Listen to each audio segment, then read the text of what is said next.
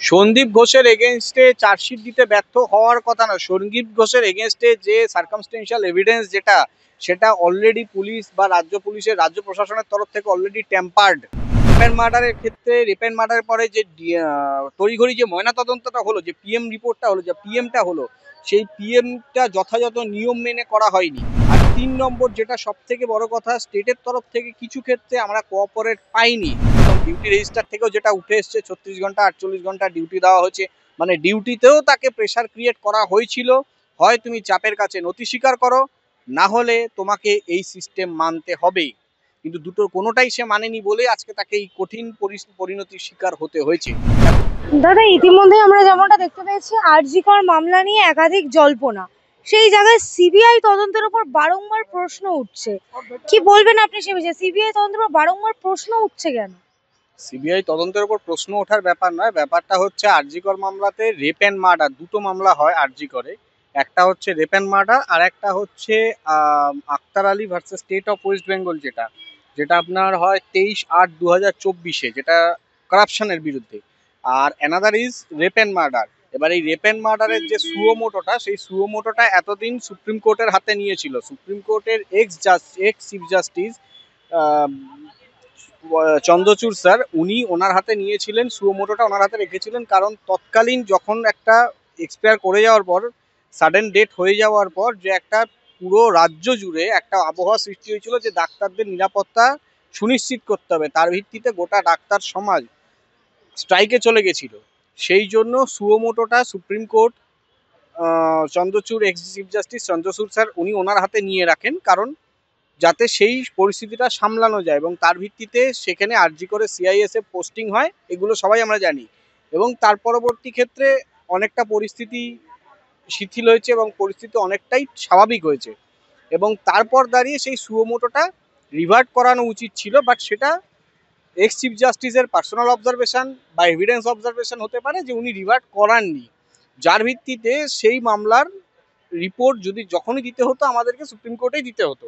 এবং তারপরে দাঁড়িয়ে যখন হাইকোর্টে আলাদাভাবে ফ্রেশ একটা অ্যাপ্লিকেশন অভয়ের মা বাবার তরফ থেকে করা হয়েছিল, বলেছিল যে আমরা জাস্টিস তীর্থঙ্কর ঘোষের আন্ডারে কিছু প্রশ্ন রেখেছিল, কিন্তু সেই জাস্টিস তীর্থঙ্কর ঘোষ, যিনি কলকাতা হাইকোর্টের আইনজীবী, উনি বলেছিলেন যে সুপ্রিম কোর্ট থেকে যতক্ষণ না পর্যন্ত ক্লিয়ারেন্স আসছে ততক্ষণ আমি এই মামলা আমার হাতে নিতে পারবো না, কারণ হাইকোর্টে অলরেডি ওই মামলা ডিভিশন বেঞ্চে জাস্টিস দেবাংশু বসাকের ডিভিশন বেঞ্চে পেন্ডিং ছিল, এবং তারপরে সুপ্রিম কোর্ট সুমোটো নিয়ে নিয়েছিল, যার ফলে হাইকোর্টের তরফ থেকে চাইলেও কিছু করতে পারছিল না, এবং তার ভিত্তিতে বলেছিল যে ক্লিয়ারেন্স নিয়ে আসুন সুপ্রিম কোর্ট থেকে, যেটা কিনা তীর্থঙ্কর ঘোষের বেঞ্চ থেকে জাস্টিস তীর্থঙ্কর ঘোষ বলেছিলেন। তার ভিত্তিতে অভয়ের মা বাবা একটা 52 না 51 পাতার একটা প্রশ্নমালা তৈরি করেন, সেই প্রশ্নমালা কোর্টের কাছে দিয়ে আসেন, এবং কোর্টের কাছে তারা পরিষ্কার বলেন যে আমরা কোনো এজেন্সির কাছে এই উত্তর চাই না, আমরা কোর্টের কাছ থেকে এই উত্তর নেব,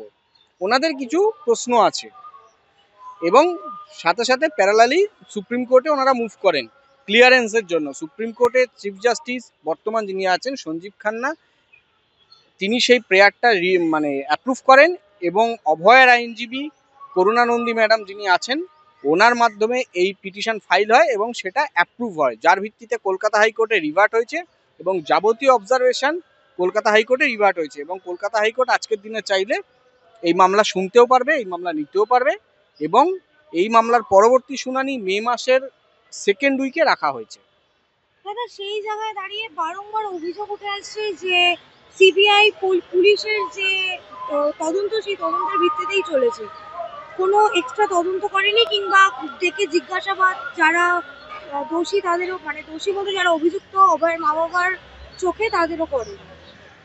দেখুন, অভয়ের মা বাবার চোখে যারা অভিযুক্ত ওনারা বারবার বলে আসছে, এবং আমাদের তরফ থেকেও আমরা বারবার বলে আসছি যে অবশ্যই এটা সঞ্জয় রায়ের পক্ষে একা সম্ভব না, এবং কোর্টে দাঁড়িয়েও সে কথা বলা হয়েছে। সঞ্জয় রায় অ্যাকিউজড, আমি বিগত দিনে এবং এখনো বারবার বলেছি Sanjay Roy accused, Sanjay Roy one of the accuse, বা Sanjay Roy is not a kingpin, এবং এটা শুধুমাত্র অভয়ার যে কোনো মৃত্যুই দুঃখজনক, আমরা সেটা তীব্র নিন্দা এবং ধিক্কার জানাই। এখনো বিচার প্রক্রিয়া আরও চলে এসছে, এবং আমরা রিপোর্টও দিয়েছি, আমাদের সেই রিপোর্টের ভিত্তিতে অনেক কিছু উঠেও এসছে। পরবর্তীকালে যে মেডিকেল দুর্নীতি, যে স্বাস্থ্য দুর্নীতি, যে মৃতদেহকে দিয়ে দুর্নীতি একটার পর একটা উঠে এসছে এই তদন্তের ভিত্তিতে। এবং রইল বাকি রেপ অ্যান্ড মার্ডারের ক্ষেত্রে কলকাতা পুলিশের তরফ থেকে আপনারা যে যখন শিয়ালদাতে যে জাজমেন্টটা হয়েছিল সেই জাজমেন্টের কপিতে পড়বেন, যেখানে জাস্টিস নিজে লিখে দিয়েছেন যে শিয়ালদাতে এই রেপ অ্যান্ড মার্ডারের ক্ষেত্রে রেপ অ্যান্ড মার্ডারের পরে যে তড়িঘড়ি যে ময়নাতদন্তটা হলো, যে পিএম রিপোর্টটা হলো, যে পিএমটা হলো, সেই পিএমটা যথাযথ নিয়ম মেনে করা হয়নি। এক, 2 নম্বর যে ক্লথ, সে বেডের যে ক্লথটা সেই ক্লথটা চেঞ্জ হয়েছে, সেই ক্লথটা আগে ছিল না। আর 3 নম্বর যেটা সব থেকে বড় কথা, স্টেটের তরফ থেকে কিছু ক্ষেত্রে আমরা কোঅপারেট পাইনি।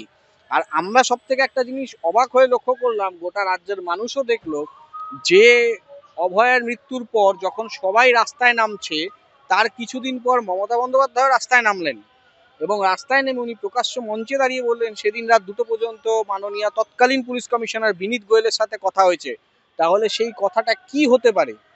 প্রথম কথা, তাহলে প্রশ্ন দুটো থেকে যায়, যদি কথার প্রেক্ষিতে যদি সিবিআই তদন্ত দিয়ে দেওয়া হতো তাহলে এত ঝামেলা হতো না। কিন্তু তাদের সদিচ্ছা ছিল না, বরং অভয়ের মা বাবারও সদিচ্ছা ছিল না, বা অভয়ের মা বাবাও চায়নি সিবিআই। অভয়ের মা বাবা চেয়েছিল যথাযথ তদন্ত। কোর্ট মনে করেছিল যে রাজ্য প্রশাসন এক্ষেত্রে ফেলিওর, তার ভিত্তিতে কোর্ট সিবিআই কে দিয়েছিল। কোর্ট মনে করেছিল বলে সিবিআই করেছিল। অভয়ের মা বাবা কিন্তু সিবিআই চাইনি কোর্টে। দাদা সেই জায়গায় দাঁড়িয়ে অভয়ের মা বাবা তো বারংবার বলছেন যে সিবিআই ব্যর্থ।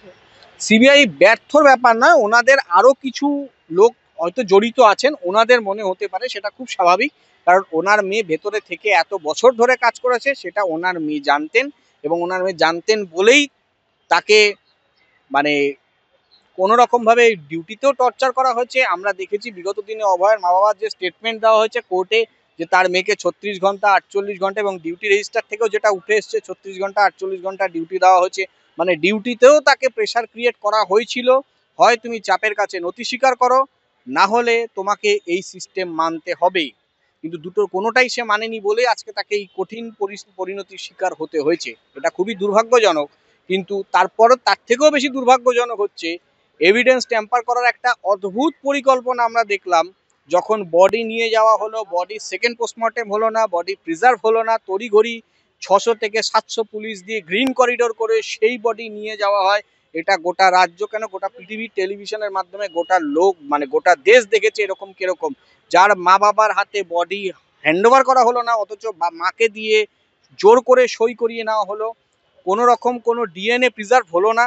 যাও বা করা হয়েছে সিস্টেমেটিক ভাবে করা হয়নি। জাস্টিসের সেই রায়ের যে জাজমেন্টের যে পাতা, সেই পাতায় 152, 53 নম্বর বা 54 নম্বর পাতা যদি আপনারা দেখেন, ছত্রে ছত্রে এটার পরিষ্কার উল্লেখ আছে।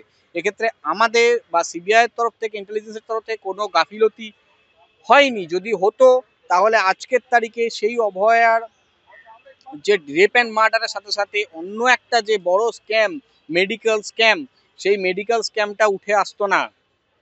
দাদা এই যে আপনারা বলছেন মেডিকেল স্ক্যামটা উঠে আসছো না, সেই জায়গায় তো তাহলে আবারও প্রশ্ন উঠছে, আপনারা তো সন্দীপ ঘোষের এগেনস্টে চার্জশিট দিতে ব্যর্থ হচ্ছে 90 দিনে, ডাল থানার ওসি এবং সন্দীপ ঘোষের এগেনস্টে। সন্দীপ ঘোষের এগেনস্টে চার্জশিট দিতে ব্যর্থ হওয়ার কথা না। সন্দীপ ঘোষের এগেনস্টে যে সার্কামস্টেন্সিয়াল এভিডেন্স যেটা, সেটা অলরেডি পুলিশ বা রাজ্য পুলিশের, রাজ্য প্রশাসনের তরফ থেকে already tampered. It's already tampered by Kolkata police, যার ভিত্তিতে আমাদের কাছে কোনো প্রমাণ সেইভাবে আমরা পাইনি। কিন্তু যা আমরা প্রমাণ পেয়েছি সেটা অন্য প্রমাণ পেয়েছি। সেটা প্রমাণ, এইটা হচ্ছে তার ডকুমেন্ট। এই যে তার ডকুমেন্ট দেখুন, Aktar Ali versus state of West Bengal, যেটা প্রমাণ হয়েছিল 23/8/2024 এই মামলাটা ফাইল হয় হাইকোর্টে।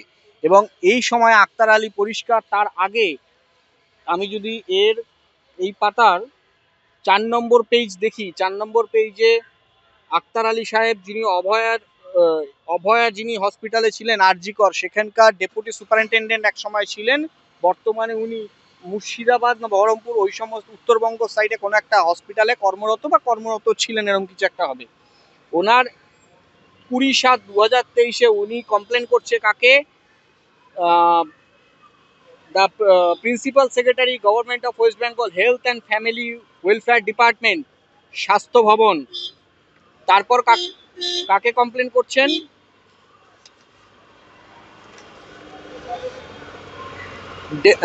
হ্যাঁ, উনি ডেপুটি সুপারিনটেন্ডেন্ট ছিলেন। তারপরে কাকে কলকে directorate of anti corruption branch মানে স্টেট গভর্নমেন্টের কি কমপ্লেন করছেন যে ওষুধ নিয়ে দুর্নীতি অলরেডি চলছে, ড্রাগ নিয়ে দুর্নীতি অলরেডি চলছে। আপনারা একটা কথা পরিষ্কার বলুন, আপনারা সবাই জানেন যে কার ঘাড়ে কটা মাথা থাকতে পারে। আমি বিগত দিনেও একই কথা বলেছি যে সন্দীপ ঘোষের ঘাড়ে কটা মাথা থাকতে পারে যদি সন্দীপ ঘোষ একার দ্বারা এই এত বড় ড্রাগ র্যাকেট মানে ওষুধের একটা জালিয়াতি চক্র, যেটা কিনা আজকের দিকে প্রায় রুইন হয়ে গেছে বলতে পারেন, সবাই জানে সবার মুখে মুখে এত বড় একটা চক্র চালানো সম্ভব হয়েছে। ডেড বডিকে নিয়ে র্যাকেট, পর বিগত দিনে আপনারা মিডিয়াতে ওপেন মিডিয়াতেও সেটা এসছে, ডেড বডিকে নিয়ে পর্ন শুট করা হয়েছে। সেটা কিভাবে সম্ভব হয় যদি একটা প্রিন্সিপালের মাথার উপরে কারোর হাত না থাকে? এই বড় মাথাটাকে আগামী দিনে সবটাই বেরোবে। দাদা আমার একেবারে শেষ প্রশ্ন, এই যে সুপ্রিম কোর্ট থেকে হাইকোর্টে এলো মামলা, এর পরবর্তী পদক্ষেপ কি হবে আপনাদের? এর পরবর্তী পদক্ষেপ হচ্ছে ওনারা তোমাদের তরফ থেকে আমাদের এটা মনে হয় যে ওনারা অ্যাটেনশন মোশন আনবেন, এবং অ্যাটেনশন মোশন আসলে পরে সেখানে ওনাদের যে প্রশ্নমালা আছে তার প্রশ্নের সদুত্তরের জন্য ওনারা চাইবেন, উত্তর চাইবেন, এবং তার ভিত্তিতে হয়তো সিবিআইয়ের তরফ থেকে রিপোর্ট দেওয়া হবে, এবং রিপোর্ট দিলে হয়তো ওনারা ওনাদের উত্তর পেয়ে যাবেন আশা করা যায়। তবে একটা কথা বলতে পারি যে বিচার প্রক্রিয়াটা তো অনেকটা লম্বা বিষয়, অনেক লম্বা একটা এভিডেন্সের ওপর অবজারভেশন থাকে, তার ভিত্তিতে রায় হয়। এটা এত তড়িঘড়ি করলে তাহলে সেক্ষেত্রে কোনো ক্ষেত্রে হয়তো একটা অন্যরকম অন্যায় বা অন্যরকম ভুল হয়ে যেতে পারে। কারণ ইংলিশে একটা কথা আছে জুডিশিয়ারি সিস্টেমে, justice delay but justice denied. তো সেক্ষেত্রে জাস্টিস ডিলে হতে পারে বাট জাস্টিস হয়, ভরসা আছে।